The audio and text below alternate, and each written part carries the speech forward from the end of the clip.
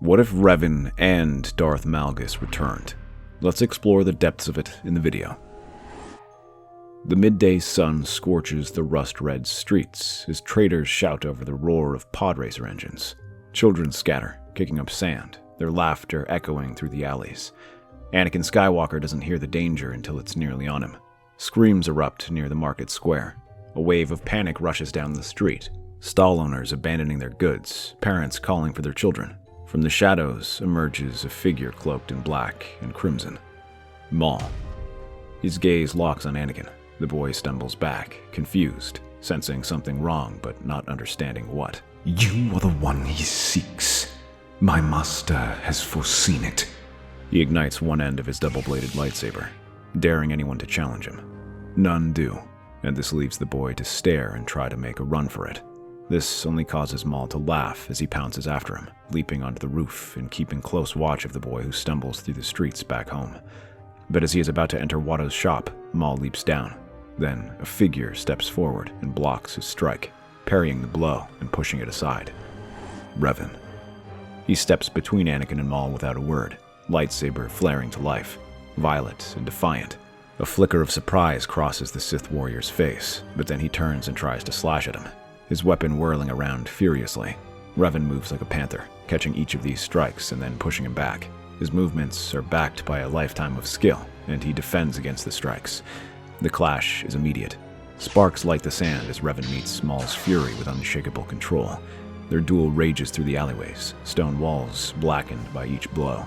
Maul, frustrated and driven by an unseen urgency, unleashes a final flurry, but Revan throws him back with the Force. Maul stares at the warrior and then curses before disappearing into the shadows. Only then does Revan deactivate his lightsaber and turn to Anakin. You don't know it yet, but the Force has plans for you. Annie?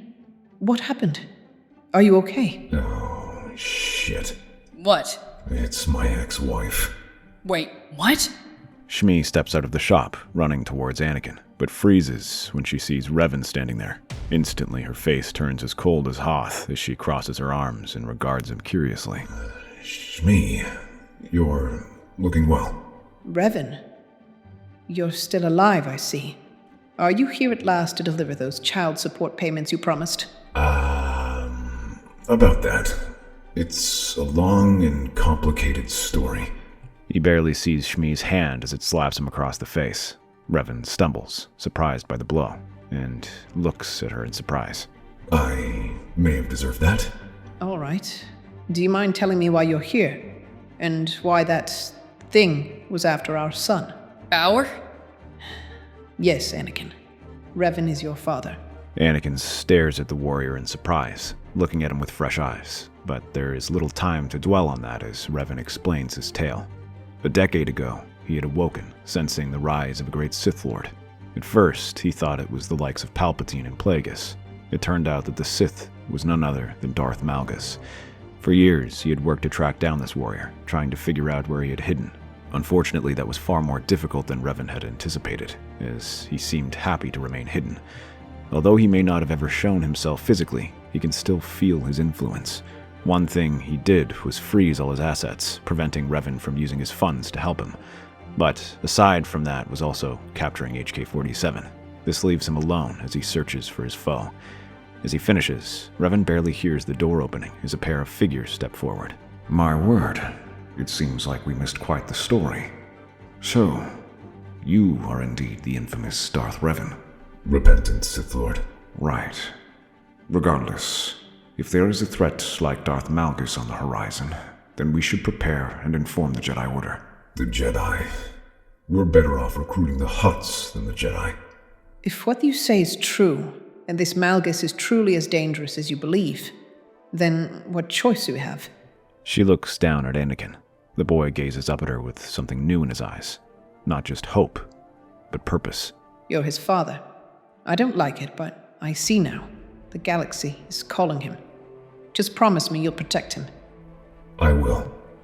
Qui-Gon places a hand on Shmi's shoulder, giving her a silent measure of comfort before he and Revan step outside into the cool night, Anakin following closely behind. Their small group journeys to the Jedi Temple. The towering spires of Coruscant loom outside the temple's great windows. As soon as Revan arrives, he's immediately greeted by Ayla Secura and Shak Ti. The two Jedi Masters offer Revan a smile before promptly slapping him across the face. He can only respond with, "Not sure I deserve that." Inside, the Jedi Council sits in quiet debate as Revan, cloaked but unarmed, stands before them with Anakin and Qui-Gon at his side. "You expect us to believe that Darth Malgus, dead for centuries, is alive and moving in the shadows of the Republic. I'm standing right here, aren't I? I expect caution. I know what he's capable of. The Jedi excel in caution. I'd assume this is directly in your wheelhouse." Clouded, your return has made the Force. But truth in your fear there may be. Malgus is not just a warrior. He's built of legacies, empires. He won't strike until he has an army ready to burn the galaxy. By then, it'll be too late. And your solution is what? A preemptive war? A defense. We raise an army now, quietly, but we still can. One not tied to politics. Trained in the Force, yes, but flexible. A force of Jedi, soldiers, and others like me. Survivors. If we agree, it will be conditional. You will be watched closely. So long as we act, you can watch me all you like. A tense silence hangs in the air. Then Yoda lifts his gaze. Agree, we do. Begin preparations, we must. But first, there is the matter of Naboo. The rest of the Jedi Council were not in agreement. Revan joins them in the mission, and they soon attack Naboo. With Revan there, the battle turns out drastically different. His skills and experience as a battle commander make him the Republic's most useful asset. He quickly begins working on organizing the rebels and turning them into an effective fighting force. Although Naboo was largely a pacifist planet, the Trade Federation invasion quickly put an end to that, as battle droids ran rampant across the streets, arresting dissenters and occupying the capital and other key strongholds. But although numerous, they are foolish and unintelligent. This makes them the perfect proving ground for the rebels. He trains them to fight in small group tactics that ambush and strike at the droids, disabling their equipment and stealing supplies from them. He shows them how to fight as a unit, gather intelligence, and operate independently. As this happens, Anakin joins him, and Revan spends his extra time training him, giving him the first lessons in the Force. Meanwhile, Qui-Gon and Padme gather allies from the Gungans, who are also concerned about the droid presence. When at last the time comes to strike, the Republic forces storm Theed, and the droids find themselves being overwhelmed by the highly trained Naboo resistance force. A dozen battles take place across the capital, and they are pushed back, allowing Revan, Padme, and the Jedi to capture the palace. There they find Newt Gunray and force a surrender, putting an end to the blockade. There is much celebration in the streets as they watch the droid forces retreat, but Revan does not join in. He senses that this is just the beginning. There remains a great shadow dawning over the galaxy, and he must be prepared. Anakin grips Revan's sleeve, excitement and nervousness flickering across his face. A new chapter has begun for him, for the Jedi, and for the galaxy that has no idea what's coming. Despite himself, Revan can't help but smile at that and ruffle the boy's hair.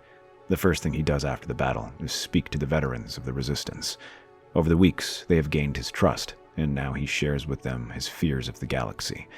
He then provides them with a choice: to serve in his new army and help restore peace to the galaxy.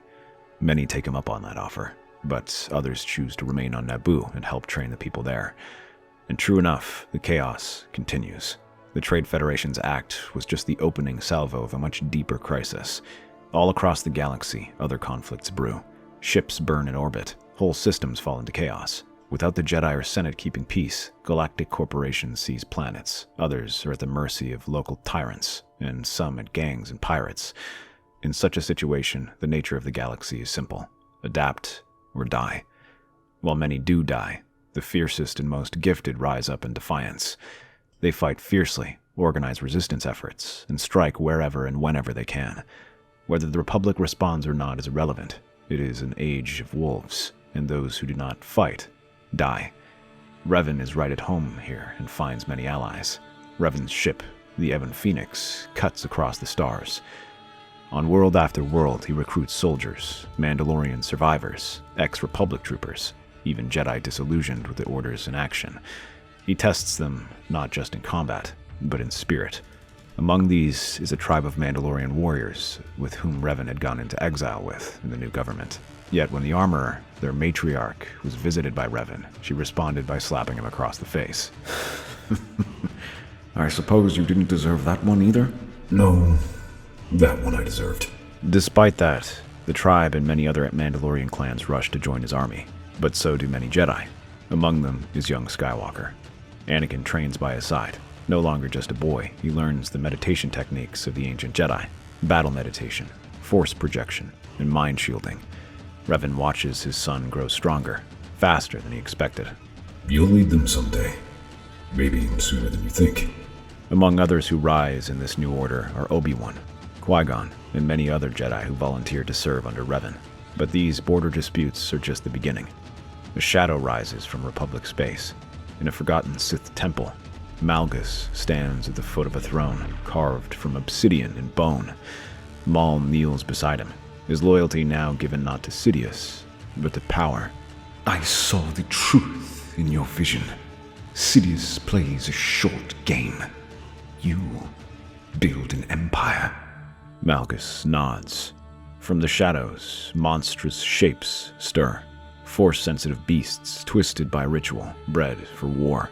In underground facilities, Rakatan and Eternal Empire technology fuses with dark alchemy. All of this was salvaged from across the galaxy to raise an army unlike any other. Armor-clad Trandoshans, Kaleesh warlords, Rakatan soldiers, and cybernetic mercenaries train under the red banners, chanting in unison. The galaxy cast us out. Now we return as its reckoning. A fragment of the Eternal Fleet hovers in orbit, its AI reprogrammed, its loyalty secured. Malgus extends his hand towards the holomap of the galaxy. We strike not in conquest, but in eternal correction. The two armies rise. Two ideologies forge weapons from the chaos. On Naboo, Jedi and soldiers kneel before Revan in an ancient hall as he names his first commanders. Anakin stands tall at his side, armored and cloaked, no longer hiding in the shadow of destiny. On a war-torn world, Malgus watches as force-mutated beasts are unleashed upon a defenseless colony, reducing it to ash.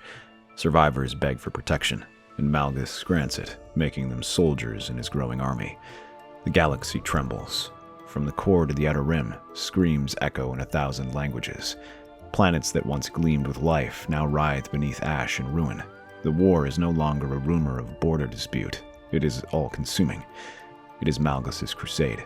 His armies strike like a plague, black warships breaching skies with the wail of ancient Sith engines. Swarms of automated Eternal Empire droids pour from orbit, supported by twisting monstrosities bred for massacre. Force beasts, hulking creatures with Sith alchemy carved into their bones, hunt civilians like prey. Villages vanish. Cities become graves. It soon becomes a massacre as these creatures strike not for military conquest, but simply to destroy whatever is unfortunate enough to get in their paths. Whole populations scream their final breath beneath the footfalls of the four harbingers, the beings personally selected by Malgus to show his wrath.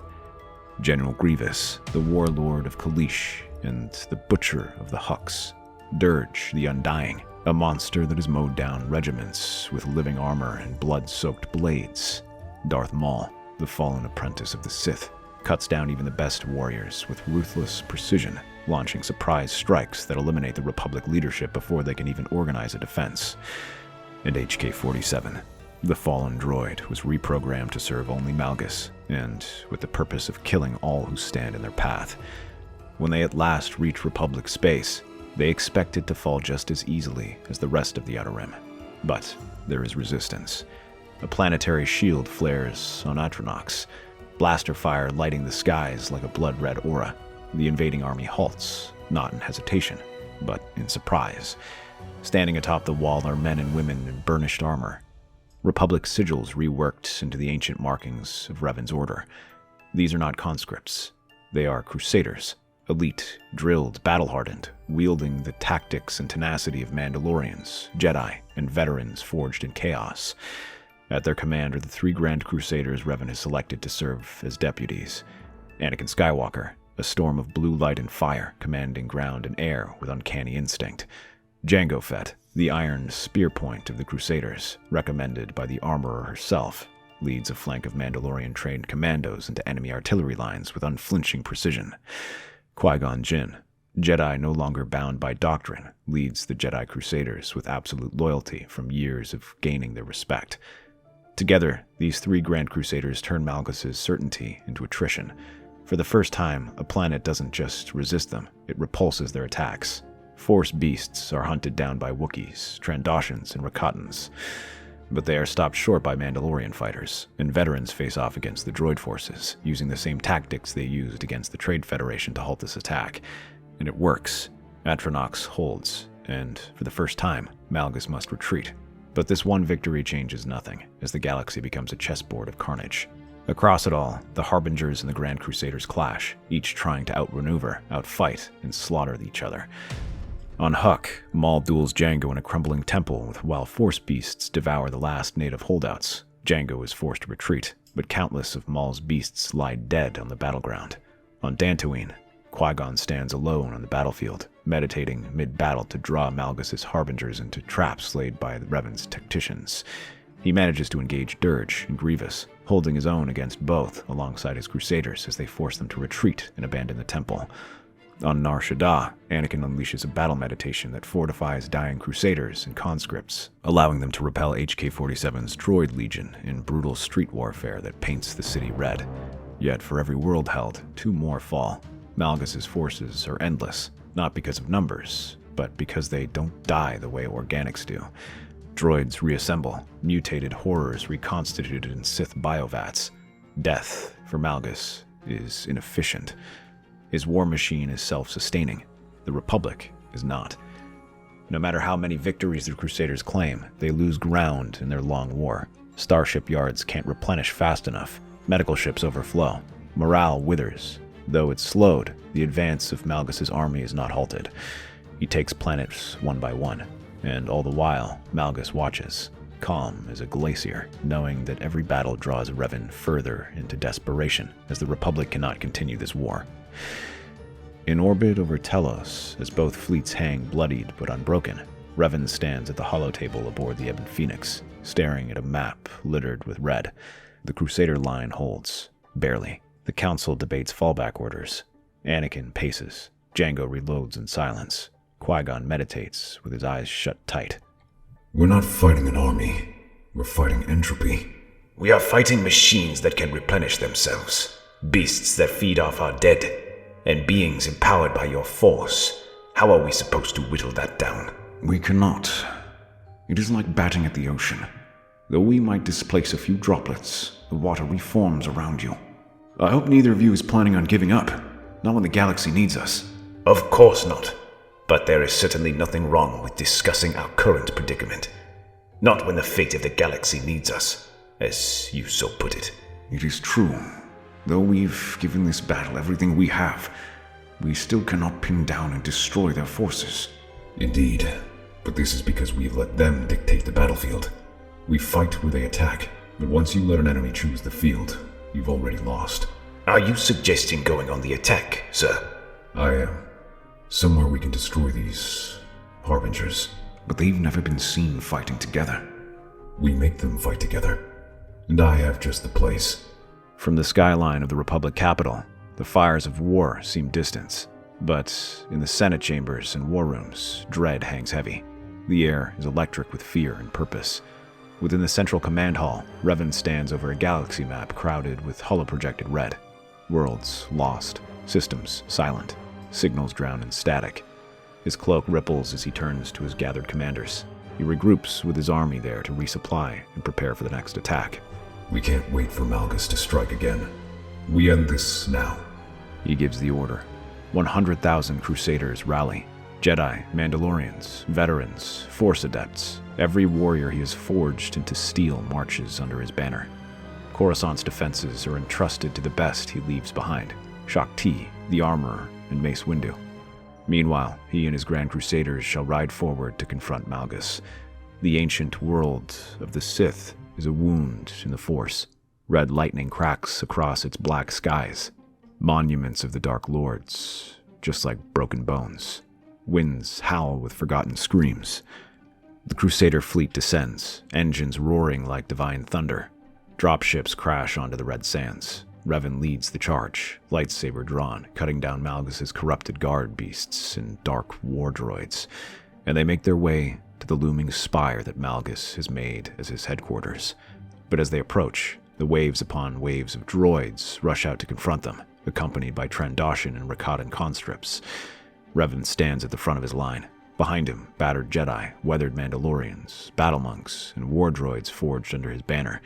He watches as this army approaches and sees the banners of the harbingers, 4 of them. He waves his lightsaber forward, and his men rush forward to confront. From the dunes rise abominations. Force beasts, stitched with metal and rage, leap into the air with feral screams. Trandoshan berserkers, painted in blood, march in disciplined formation. Kaleesh warriors, garbed in old tribal armor, chant war cries in ancient tongues.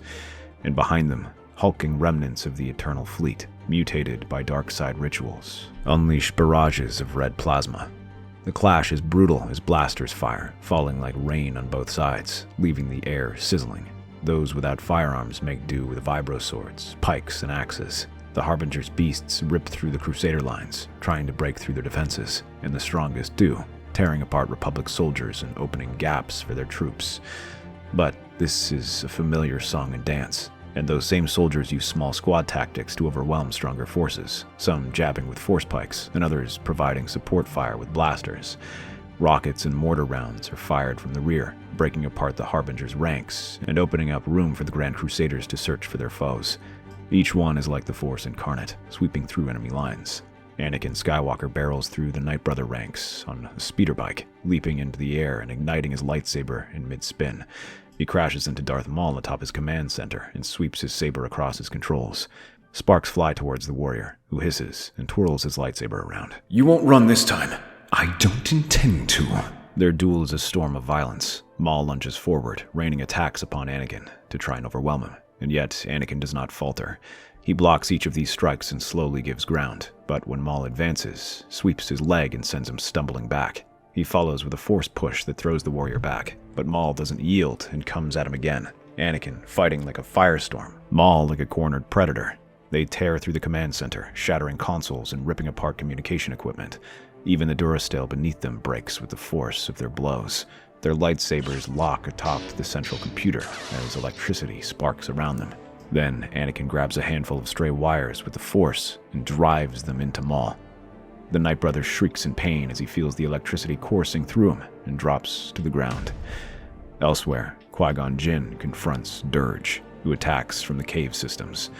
Dirge wields a vibro axe the size of a land speeder, roaring as he charges. Qui-Gon remains serene, redirecting each earth-shattering blow with minimum movement, waiting for his moment.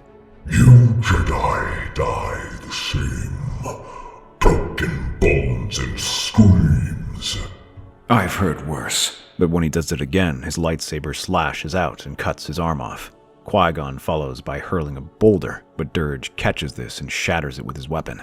As the debris flies aside, a flamethrower ignites and leaves the Jedi scrambling. He barely manages to redirect the flames, and then rushes at him. However, Dirge activates a point defense gauntlet and blocks his lightsaber strikes before sweeping Qui-Gon off his feet. His axe comes crashing down, forcing the Jedi to dodge as Dirge's arm reattaches itself. Each blow from his axe leaves the caves rattling as Rakatans scream out to try and strike the weakened Crusader's left flank. Qui-Gon tries to drive his lightsaber into Dirge, running him through, but the bounty hunter laughs as a taser emerges from his gauntlet and shocks Qui-Gon. Despite the agony he's feeling, the Jedi does not let go and reaches his hand out. Dirge tenses, expecting a force strike on him, but instead he reaches beyond and collapses the weakened cave system. The walls collapse on Dirge, who remains pinned in place by the lightsaber. When Qui-Gon escapes and looks behind him, he sees only rubble. Jango Fett, now clad in Beskar, burnished by the armorer, soars into the battle against HK-47, who fires his blasters with inhuman speed, shrugging off his blaster strikes. Query, who are you, flying meatbag? An impersonator of my former master? Jango responds by firing a stream of flames at the droid. But through the smoke, a vibroblade flashes dangerously close to the bounty hunter and forces him to move out of the way. Boast. Please, I'm the original Jedi killer. Django dances around him, using jetpack bursts and perfectly timed explosives. But the droid wasn't just bragging about his abilities. As they fight, he flips and spins out of the way, his own blaster firing with startling accuracy. The only thing that keeps him alive is his Beskar armor, but HK-47 knows it does not protect him everywhere. He lobs a fragmentation grenade that sends tiny shards into the gaps of Django's armor. It is enough to make the bounty hunter lose balance, just as HK-47 leaps up and knocks him to the ground while driving a blade into his neck. Blood pours from underneath Django's armor. However, as he falls, the Mandalorian lifts up a miniature seismic charge. Statement. Oh, son of a... The charge goes off in a brilliant blue light, annihilating Django and all of HK-47's war droids, while parts of him are scattered for miles. General Grievous, not yet a cyborg, but augmented by alchemical grafts, laughs as he cuts his way through the enemy ranks, pushing the offensive and leading the Trandoshans forward. In his hand are a pair of lightsabers captured from fallen Jedi, but as he advances forward, a burst of lightning from the corner sends him leaping back. He turns to see Count Dooku advancing upon him. The former Jedi Master was requested there by his apprentice, pleading with him to do his part, and seeing how Maul almost killed Qui-Gon, Dooku could not refuse. The warrior lunges at Dooku, his blades rising and falling as he rains down attacks upon him, but the Count parries each blow, stepping back in a controlled retreat.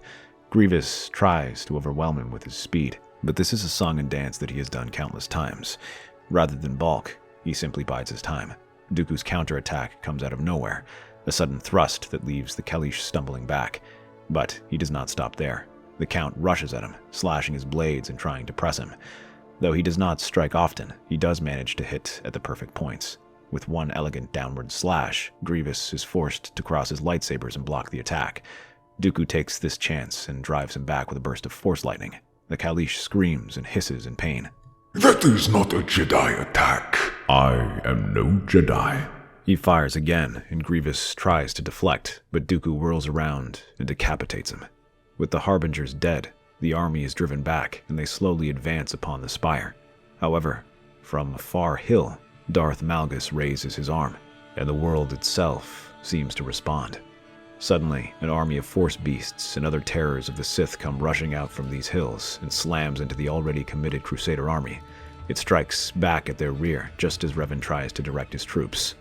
Master Plo, organize a rally point. General Tarful, support our rear troops and stabilize those lines. Syndulla, gather your artillery and redirect them to those creatures. Tipple, provide support to retreating units. Amid the bloodshed and fire, Revan walks into the storm. His armor scorched, his saber ignited. Malgus stands atop a jagged Sith platform flanked by pyres of black flame. His armor pulses with crimson runes. Each step he takes shatters the earth beneath him. They face one another in the dead center of the war zone. Around them, Jedi and Sith scream, die, vanish. But for a moment, silence. At long last we meet, the man who halted my armies. Indeed, and the monster who brought the galaxy to its knees. Our battle shall be legendary. And then, they strike. Revan and Malgus collide like gods of war, two titanic forces whose battle eclipses the chaos surrounding them. Their first blows are seismic, lightsabers crashing like thunderclaps, shockwaves radiating with each strike. The shockwave throws aside the nearest troops, but when Malgus tries to strike him down, Revan raises his weapon up and blocks it, then follows with a spinning kick that sweeps Malgus' leg. As he stumbles, Revan tries to drive his blade forward, but the Sith Lord bats it aside. The Crusader Lord shoves his hand forward and unleashes a shockwave that throws aside beasts. Yet while Malgus slowly begins to skid back, he forces himself forward, and Revan, mid-strike, headbutts him with a bone-crunching crack and slams him through the wall. Revan crashes into the depths, rolls, and comes up swinging, his saber carving a blazing arc that burns across Malgus' side. Malgus roars in fury, his blood sizzling where it touches the blade. He unleashes a torrent of dark side lightning, not at Revan, but at the walls. The cliffs above them explode and send debris falling on Revan. Malgus tears a chunk of stone and hurls it. Revan ducks, slicing it in two, and then uses the fragments as shrapnel, telekinetically launching them into Malgus' armor. Blood pours down both warriors. Revan's mask is cracked, one eye bleeding. Malgus' shoulder is shattered, his left arm hanging limp, but neither yields. They clash again and again, their lightsabers blurring as the energy radiates around them. Then, Revan's slash comes too slowly. A brutal kick from Malgus sends him reeling, followed by a lightsaber being driven through his stomach. Revan gasps, blood bubbling at his lips. The lightsaber dims. The whole battlefield goes silent as they watch the clash of titans. But seeing Revan stumble like this sends shockwaves through the ranks. Some gasp, others begin to tear up, and a few even drop their weapons. Anakin and Dooku appear, racing through the tomb like blazing comets. Dooku unleashes a fierce wave of lightning to drive Malgus back, while Anakin drops to Revan's side. But then, there is laughter. Who said you could put your weapons down? Though you might be my soldiers, I am angered nonetheless. Did I not teach you that the only one capable of determining your defeat is yourself? To prove his point, he stands up, and his lightsaber snaps to life.